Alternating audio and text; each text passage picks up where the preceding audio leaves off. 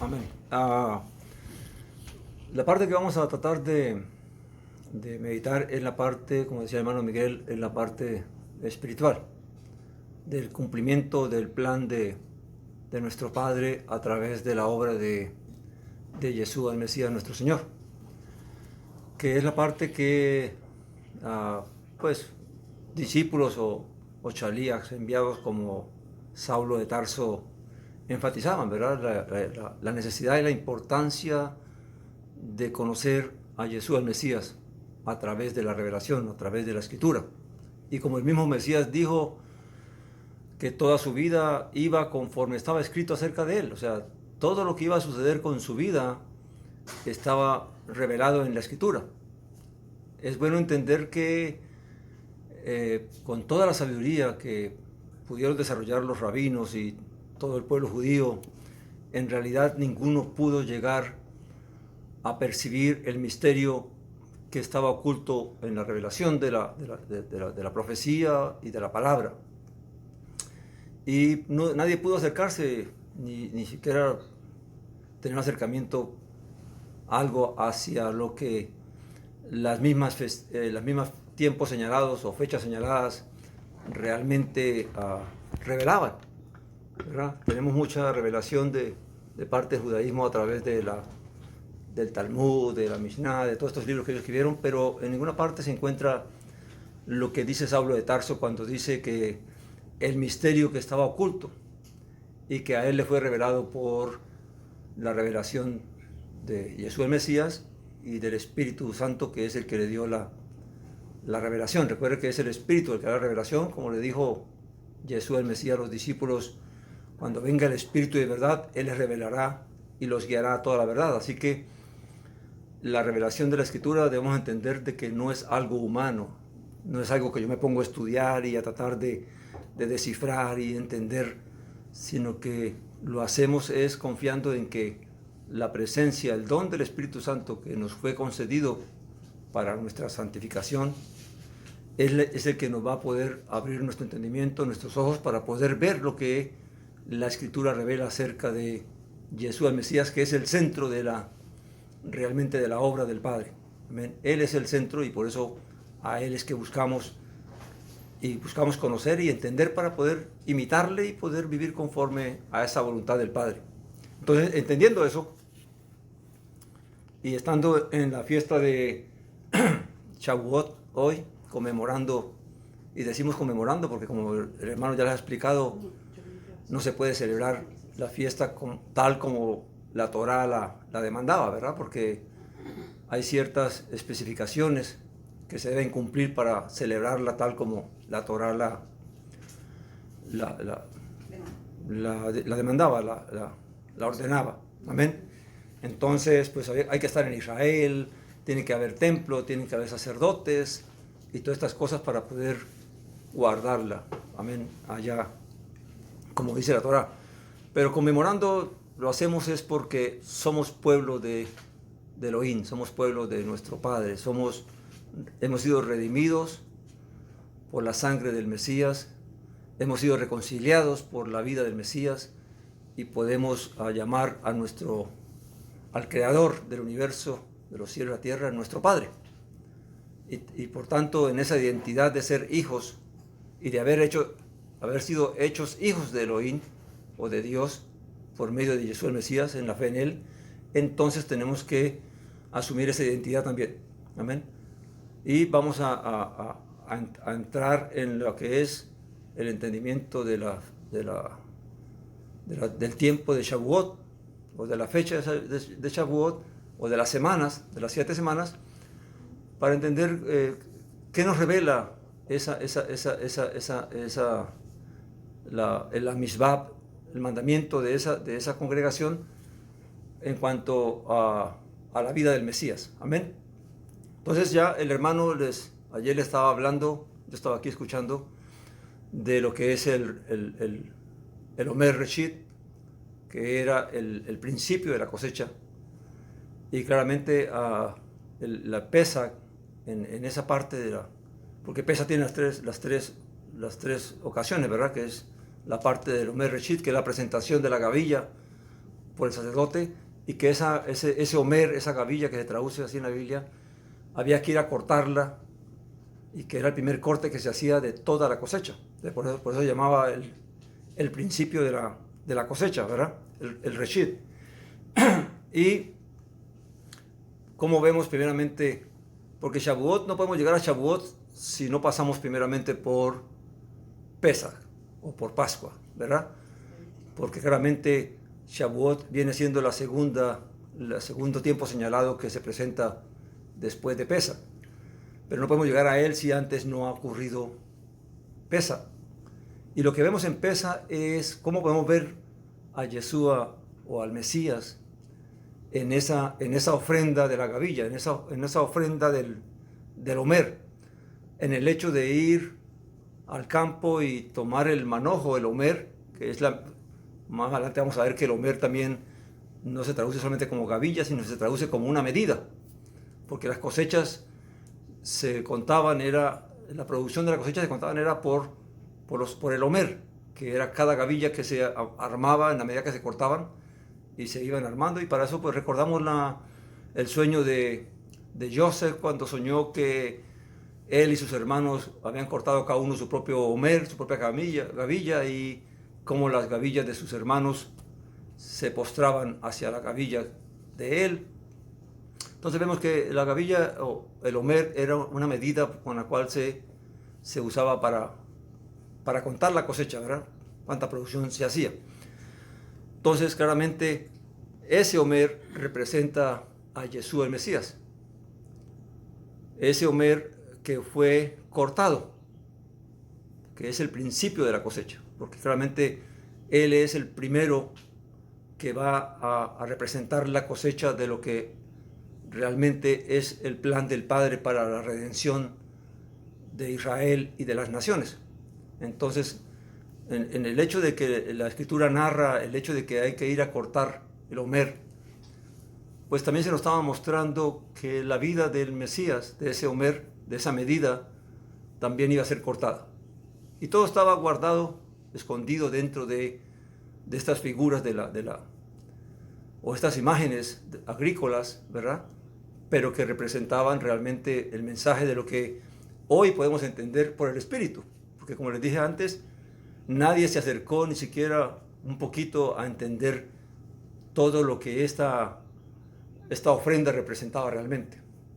Nadie pudo imaginar que el cortar el omer y llevarlo el sacerdote al altar y presentarlo y mecerlo allí, y en la fecha de que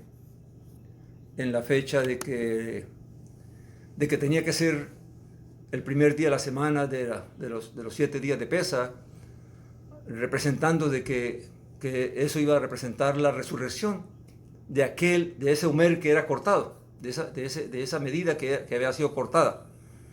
Nadie pudo imaginar de que realmente eso representara la muerte del Mesías, ni mucho menos la resurrección del Mesías, ¿verdad?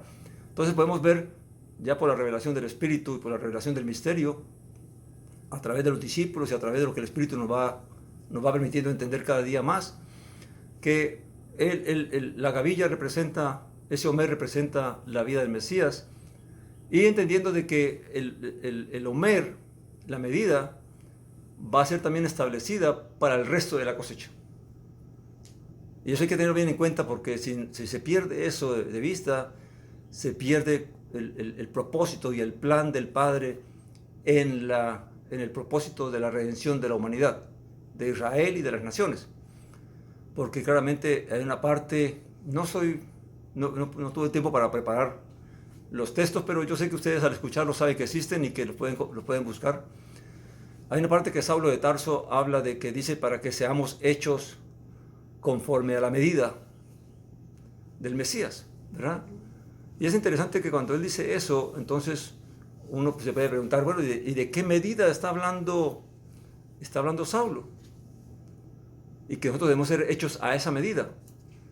Pues claramente está dando referencia a ese omer que es el Mesías, y que todos tenemos que ser hechos conforme a ese omer, conforme a esa medida que el Padre ha establecido como modelo para que alcancemos la redención, para que alcancemos la salvación. Entonces todo el plan de la cosecha es que el fruto tiene que también alcanzar esa medida. Amén. Y ya entendiendo esa parte de lo que es el Mesías y lo que es la gavilla, y es interesante que es la gavilla porque vamos a ver que en Pesa o en la presentación del primer fruto de la cosecha, lo que estamos viendo es claramente que se toma del campo mismo y se toma lo que es la hierba misma, no el fruto, sino todo lo que envolvía la gavilla. Y luego vemos entonces que se nos invita al libro al tiempo señalado o a la fecha de Shavuot. Y aquí sí voy a pedir que me acompañen en el libro de Levíticos, capítulo 23, que es donde están narradas las fiestas o los tiempos señalados. Y dice aquí en el versículo 16 del capítulo 23 de Vayikra o de Levítico, dice, o leamos desde el 15, dice, y desde el día en que traigan el manojo de la ofrenda, en realidad está hablando del Omer, ¿verdad? De la gavilla. Recuerde que cada traductor pues trata de usar palabras para interpretar, y como existe eso ¿cómo se llama eso? De los derechos de autor. Oh, sí. Entonces mucha gente trata de no copiar, una traducción trata de no copiar las mismas palabras que otra traducción ya usó. Entonces por eso es que usted encuentra que una Biblia usa una palabra y otra Biblia, otra traducción usa otra palabra, pero al fin y al cabo todas tratan de mostrar que es el mismo hecho, aunque en la traducción se nos pierde mucho, el sentido del Omer, que en realidad que se puede traducir como gavilla, pero que lo importante del Omer es la medida, es lo que significa en cuanto a medir, ¿verdad? Y dice aquí el versículo 15, y desde el día en que traigan el Omer, la minjá, la ofrenda de elevación, ¿verdad? Dice, el día después del Shabbat contarán 7 Shabbat, siempre Shabbatot, tienen que ser completos, las 7 semanas completas. Deben contar hasta el día después del séptimo Shabbat a 50 días. Por eso Shavuot siempre va a caer en un primer día de semana, o sea, en un domingo. Siempre, no hay forma que caiga en otro día porque es como está establecido. Amén. El judaísmo tiene en cuenta otro sistema. Por eso para ellos no siempre Shavuot va a coincidir con el Shavuot que nosotros podemos conmemorar. Porque para ellos lo cuentan desde el día siguiente al primer Shabbat de Pesa, que es el primer día de Pesa. A partir de ahí ellos cuentan el Omer, ¿verdad? Pero nosotros lo contamos conforme lo estableció el Padre a través de la Escritura. ¿Sí? Siempre nos va a caer un domingo, un primer día de semana. Y dice allí, deben contar hasta el día después del séptimo Shabbat, 50 días, entonces traerán una minjá, una ofrenda. Y aquí dice, esta traducción dice, de grano nuevo a Yahweh, ¿verdad?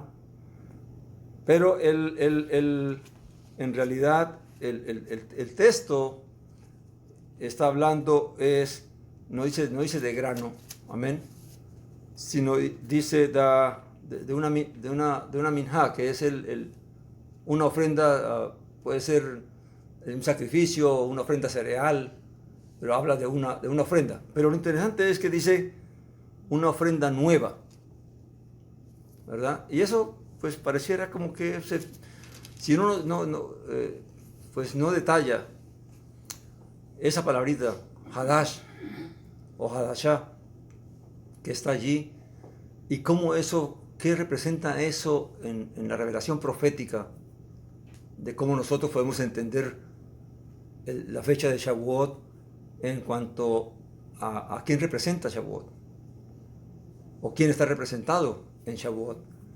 Y claramente vemos que luego se habla de que hay que traer, después dice el 17, dice, deberán traer de sus moradas, de sus establecimientos, o sea, de sus casas, 2 hogazas de pan. En realidad son 2 panes, 2 lehen, como ofrenda de elevación, cada una hecha de 2 décimas de medida de harina, selecta, horneada, después de leudada, como primicias para Yahweh, o para el Eterno, o para nuestro Padre, ¿verdad? Entonces, vemos que aquí hay algunas cosas que, si las entendemos, vamos a entender qué es lo que van a representar. Primeramente nos dice que tiene que ser una ofrenda nueva. Ahora, de todas las fechas, de todas las convocaciones que el Señor establece en Vayikra o en Levítico, se habla de ofrendas. Todas tienen que ver con ofrendas de diferentes formas. Pero en esta en específico se habla de que la ofrenda tiene que ser nueva. Y eso es interesante, porque cuando vamos a la obra del Mesías, a través de la predicación de la Besorá, de las buenas nuevas, del reino de los cielos, él empieza a hablar y a enseñar acerca de que, y nos lo muestra Yohanan o Juan, en la conversación que tiene el Mesías con Nicodemos, ¿verdad? Donde le expresa el hecho de que para poder ver el reino de los cielos tiene que nacer de arriba, y que para poder entrar al reino de los cielos le es necesario nacer del agua y del espíritu. Y entonces entra este concepto del nuevo nacimiento, que como lo conocemos, ¿verdad? Que en realidad el nuevo nacimiento es el hecho de poder nacer de arriba. ¿Qué significa eso? Que nosotros nacer para el reino de los cielos es una obra que no es humana. Como dice Juan mismo en su primer capítulo, no es de voluntad humana, ni de sangre, sino que es algo que el Padre concede a cada aquel que viene a Él con una fe genuina, porque al Padre nadie lo puede engañar. Él sabe quién de los que están viniendo realmente van a guardar la fe y van a perseverar en la fe. Y por eso la Escritura dice, muchos son los llamados y pocos los escogidos, ¿verdad? Entonces, porque al Padre nadie lo puede engañar. Uno puede venir por muchas razones al Evangelio, al reino, ¿verdad? A la congregación. Pero como dijo el Mesías, si no entras por la puerta, ladrón y salteador eres, ¿verdad? Entonces la puerta es muy estrecha y es la vida del Mesías. Recuerde que la vida del Mesías representa un omer, una medida que todo el mundo tiene que cumplir. Es como cuando ponen una imagen y dicen, si usted, su tarea es llegar a parecerse a esa imagen, ¿verdad? Que es la imagen del Mesías. Entonces cuando se presenta el tema del nacer de arriba o del nuevo nacimiento, como lo conocemos, se nos ha enseñado claramente, entonces vemos que todos los discípulos tuvieron que nacer de nuevo. Todos nacieron de nuevo, todos recibieron un nacer de arriba. ¿Amén? A través de la fe, a través de oír al Mesías, a través de creerle al Mesías, creerle a su palabra, creerle a su enseñanza, perseverar en él, aun cuando vemos que algo que tiene la Escritura es que no niega los errores humanos, porque como seres humanos tenemos a veces falencias, y vemos que discípulos como Kefas, como Pedro, llegó a negar al Señor, pero aún a pesar de todo eso, el Señor, conociendo el corazón, que es algo que nos enseña la Escritura, que no podemos juzgar la vida de nadie, porque al final el único que conoce el corazón de cada quien y lo que le interesa al Padre es el corazón nuestro. Podemos tener momentos de falencias, momentos de flaquear, de cansarnos, de desanimarnos, pero el único que nos va a sostener es el Padre. ¿Amén? Porque Él conoce nuestro corazón y conoce nuestra fe, lo genuina de nuestra fe. Entonces todos estos discípulos claramente pasaron por ese proceso de tener que nacer de arriba. Se les concedió ese. Y no fueron ellos los que vinieron, sino que el Mesías mismo les dijo, no me escogieron ustedes a mí, sino que yo los escogí a ustedes. Amén. Así que todos nosotros, nadie escogió al Señor, sino que Dios nos escogió a nosotros. Amén. Nadie amó a Dios primero, sino que primeramente Dios nos amó a nosotros. Amén. Entonces vemos que se presenta el hecho de que el Mesías en Shavuot, una vez que ya Él resucita, ¿verdad? Una vez que Él los asiste por 40 días dándoles instrucciones que no quedaron reveladas, de que Él enseñó en esos 40 días, y después a los 40 días Él asciende a los cielos, y viene el proceso de los 10 días para completar la fiesta, para que se aproxime la fiesta o la fecha de Shavuot. Y les dice algo interesante, les dice, no se vayan de Jerusalén, quédense aquí hasta que reciban poder. Ya hablamos ayer de que una cosa es recibir el Espíritu de Santidad, que es el que nos va a guiar a la transformación, a la renovación de nuestra mente, de nuestro corazón, y transformar nuestra vida. Y otra cosa es el poder del Espíritu para que cada quien haga la obra que el Señor en su misericordia nos concede hacer, a maestros, profetas, pastores, evangelistas, el que hace milagros, el que hace sanidades, el que tiene el don de fe, bueno, todos los dones que nos narra la Escritura. Amén. Entonces, claramente la fecha de Shavuot, que viene a representar la presentación de los dos panes, pero para que haya pan hay que ir a recoger el trigo, hay que molerlo, hay que trillarlo primero, luego hay que molerlo, luego hay que hacer la harina y luego hay que hacer el pan. Y lo que se presenta en la ofrenda de Shavuot es el fruto de la cosecha, no la cosecha en sí, sino el fruto, lo que sacamos de esa cosecha. Amén.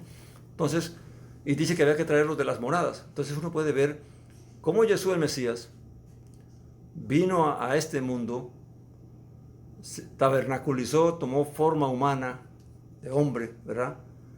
Y cómo vino a las moradas de Israel, al pueblo judío, y fue de pueblo en pueblo y de lugar en lugar, predicando el reino de los cielos y llamando al arrepentimiento y escogiendo a estos discípulos.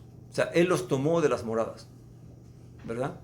Y una vez que Él los toma de las moradas, entonces claramente en la fecha de Shavuot, Él los presenta, ¿verdad? Y hay que tener en cuenta la imagen de que mientras los discípulos están reunidos en este lugar, allí en la unidad de la fe del Mesías, también el pueblo judío en el templo se está presentando la ofrenda de los 2 panes con levadura, ¿verdad? Pero como pasó, como Elohim siempre ha revelado en la Escritura, cómo Él demuestra de aquello que se agrada, cómo es que en el tiempo que Salomón construyó el templo y la Shekinah, la gloria del Eterno, vino sobre el templo y la nube llenó el lugar que nadie podía entrar, mientras en la fecha de Shavuot, en el templo está ocurriendo esto, en este grupo que está allí orando y esperando en el Señor, entonces se revela la gloria del Eterno, aprobando y demostrando de que de ellos es que Él se ha agradado, porque claramente ellos son el fruto que Jesús el Mesías está presentando delante del Padre de todo el trabajo que Él hizo mientras predicó el Evangelio por toda la tierra de Israel. Entonces vemos que la fiesta de Shavuot se va cumpliendo en cada detalle que se hace, que no es solamente algo que se reunieron para recibir las lenguas y todas estas cosas, sino que es que Shavuot no podía suceder eso a menos que Jesús el Mesías hubiera venido primeramente a este mundo y hubiera hecho la obra que solamente Él pudo hacer y que Él hizo. Amén. Y también dice que otro punto que nos revela la fecha de Shavuot es que dice que son panes levados. Y entonces uno se pregunta, bueno, por un lado Pesach nos habla de panes sin levadura. Y Saulo de Tarso en Corintios, capítulo 5, versículo creo que 8, dice él, celebremos la fiesta como nueva masa. Y viene otra vez a esa palabra nueva, como nueva masa que somos, sin malicia, sin maldad. Y nos dice que nos celebremos la fiesta perseverando en esa nueva masa, en esa nueva creación que el Señor nos ha hecho, ¿verdad? Y entonces, por una parte se nos dice que tenemos que limpiarnos de toda levadura, limpiarnos de toda contaminación, de todo aquello que espiritualmente o carnalmente nos puede dañar. En otra parte dice que limpiémonos, perfeccionemos nuestra santidad, nuestra consagración, limpiándonos de toda contaminación de carne y de espíritu. En otra parte se nos dice, despojémonos de ese viejo hombre que está viciado de malicia y de maldad, y revistámonos de ese nuevo hombre que está hecho conforme a la justicia y la verdad que es en Yeshua él. Me decía, y en varias partes la Escritura nos habla de diferentes maneras de esa necesidad de nosotros limpiarnos, de despojarnos de ese viejo hombre. Amén. Pero por otra parte nos dice aquí en la fecha de Shavuot de que los panes tienen que ser leudados. Y entonces, ¿cómo podemos armonizar esto de que por una parte tenemos que ser nueva masa, nueva creación, pero por otra parte tenemos levadura? ¿Y cuál es la levadura que entonces tenemos? Pues la levadura es que aún nuestra redención no está completa. Nos falta la transformación de nuestro cuerpo. Como dice la Escritura, ¿verdad? Que aún estamos en este tabernáculo que se va deshaciendo poco a poco, se va envejeciendo, se va acabando, ¿verdad? Hasta que recibamos el nuevo tabernáculo, el nuevo cuerpo que debemos de recibir. Entonces, aunque somos nueva masa espiritualmente hablando, mentalmente hablando, de corazón, seguimos teniendo levadura en el sentido de que aún habitamos en esta carne y que tenemos luchas con esta carne, con este cuerpo, y que es esto lo que tenemos que aprender.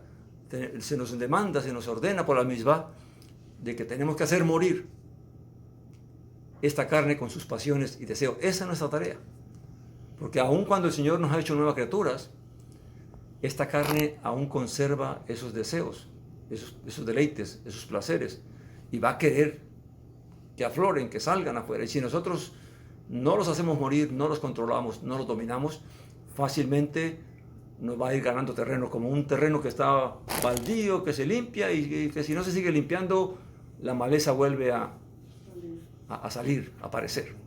Amén. Entonces, vemos todo el proceso de Shavuot en cómo el Mesías nos presenta a los discípulos como esa nueva ofrenda, ¿verdad? Ese fruto de la cosecha que son estos 12 hombres más todos los que estaban allí con ellos, 11 en realidad. Luego fue llamado Saulo de Tarso mucho tiempo después. Y también vemos de que alguien podría decir, bueno, pero ya eso se cumplió, ya pasó, ¿y por qué seguir entonces conmemorando Shavuot? Primeramente porque podemos extraer cada año el Señor en su misericordia y en el poder del Espíritu y la revelación del Espíritu nos va a regalar siempre algo nuevo, algo que nos va a edificar, que nos va a ayudar. Pero por otra parte también debemos recordar que mientras la Besorá, el Evangelio, el reino de los cielos se siga predicando, siempre habrá fruto nuevo, siempre habrán almas que llegan cada año a los pies del Mesías. Y que cada año entonces en Shavuot recordaremos de que estos que vinieron este año, entonces hoy se presentan como esa nueva ofrenda delante del Eterno, que es el fruto también de todo el trabajo que todos nosotros hacemos de diferente manera. Unos enseñan, otros predican, otros profetizan, otros pastorean, otros hacen otros tipos de servicios, pero todos contribuimos en la edificación del cuerpo del Mesías, que somos todos nosotros. Entonces, por eso cada vez nosotros conmemoramos esto, para recordar quiénes somos, de dónde venimos, por qué somos lo que somos, cuál es la meta que tenemos por delante, cuál es la medida que tenemos que cumplir. Recuerden siempre eso, porque esa es la meta. No es solamente ya somos salvos, ya somos hijos de Dios, ya somos del reino, y descuidamos la parte de la renovación, como dice en Tito, creo que dice que por el lavamiento de la regeneración en el Espíritu Santo fuimos renovados, nuestra mente renovado, y somos transformados en el poder del Espíritu Santo. Algo que no podemos olvidar nosotros como creyentes, como privilegiados en cuanto a haber sido llamados, haber sido hechos hijos de Elohim o hijos del Padre, es que Él espera de nosotros que busquemos esa medida que está revelada en Jesús el Mesías. Por eso dice Saulo en alguna parte, imitadme a mí como yo imito al Mesías. Pero esa imitación no es solamente en la buena obra, es en la purificación de mi alma, en el examinar mi corazón, en meditar. Dice la Escritura en alguna parte, dice que si hay alguna cosa buena, algo digno, en ello pensemos, en ello meditemos, ¿verdad? Y que nos esforcemos en eso. Entonces, hay mucho que trabajar en la justicia. El tema de la justicia en nuestras vidas es muy importante porque a veces lo vemos solamente en las partes como más visibles, ¿verdad? Pero hay cosas injustas tan pequeñas que nosotros las descuidamos. Y el Mesías dijo, el que considera un mandamiento pequeño, pues pequeño será llamado en el reino de los cielos. Entonces nosotros somos llamados a escudriñar cada acto de nuestra vida, que en nosotros no haya ningún acto de injusticia. Y si que por no teniendo el pleno conocimiento o la plena intención de haber hecho una injusticia, descubrimos que cometimos una injusticia, dijimos algo que no debimos decir, lastimamos a alguien que no quisimos lastimar, o lo que dijimos realmente no lo dijimos con la intención de dañar a alguien o lastimar a alguien, o lo que dejamos de hacer no lo hicimos con la intención de no hacerlo porque no queríamos, sino que se nos pasó por alto. Entonces, cuando vamos meditando, dice la Escritura que estaba la ofrenda de lo que es el Ashan, que es la culpa. Cuando yo descubro, cuando el Espíritu me permite, y dice la Escritura, que ¿quién conocerá sus propios errores? Eso es algo que humanamente no lo podemos hacer, a menos que nosotros anhelemos realmente limpiarnos, presentar nuestro corazón limpio. Entonces el Padre mismo nos va a ayudar a ver aquello que nosotros por nosotros mismos no podemos ver. Y el Espíritu viene entonces a revelarnos que esa palabra que dijimos, que ese gesto que hicimos, que aquella cosa que no hicimos y que debimos hacer, y que no pensamos que era algo, que era pecado, entonces el Espíritu viene a redarguirnos y a hacernos ver de que eso no estuvo bien. Y entonces venimos delante del Padre, como dice en Juan, ¿verdad? Dice que si alguno pecare, no invitando a los creyentes a pecar, pero que si alguno pecare por omisión o no consciente de lo que hizo, pues abogado tenemos un paracleto, ¿verdad? Que es a Jesús el Mesías. Entonces venimos delante del Padre a pedir perdón por esa culpa, porque en realidad no consideramos que pecamos, pero al descubrir que hicimos algo que no debimos hacer, pues por esa culpa pedimos perdón. Amén. Y así nos limpiamos de esa culpa. Pero el detalle sí que tal vez quisiera como enfatizar es el hecho de que recuerde que el Omer Reshit es Jesús el Mesías. Y que nosotros, como parte de la cosecha, como el fruto de la cosecha, tenemos que buscar ser hechos, encajar en esa medida. Para que entonces el Señor cuando venga no nos diga, no te conozco. ¿Verdad? Como les dijo a muchos que pretendiendo que habían hecho una gran obra porque hicieron milagros y sanidades. Recuerde que el poder del Espíritu no es garantía de la salvación. Lo que sí es garantía de la salvación es la obra santificadora del Espíritu en nuestras vidas. Aunque no hagas milagros, aunque no hagas sanidades, aunque tal vez no tengas el don de la profecía o aunque no prediques, pero por muy pequeño que sea el don que se nos conceda, sea el don de servicio, sea el don de fe, de los tantos dones que hay algunos dones que son considerados como más pequeños que otros, pero aún por muy pequeño que sea el don, lo que debemos recordar siempre es que al final lo que el Señor va a medir es el corazón. Amén. No, porque recuerde que la Escritura dice que al que más se le da, más se le exige. Entonces sí, dice la Escritura nos invita a que anhelemos los dones mejores, pero también recuerda que en la medida que anhelas hacer milagros y profetizar y tener un poco de ser visto, también se te va a demandar por el corazón con que lo haces, que es lo más importante. Amén.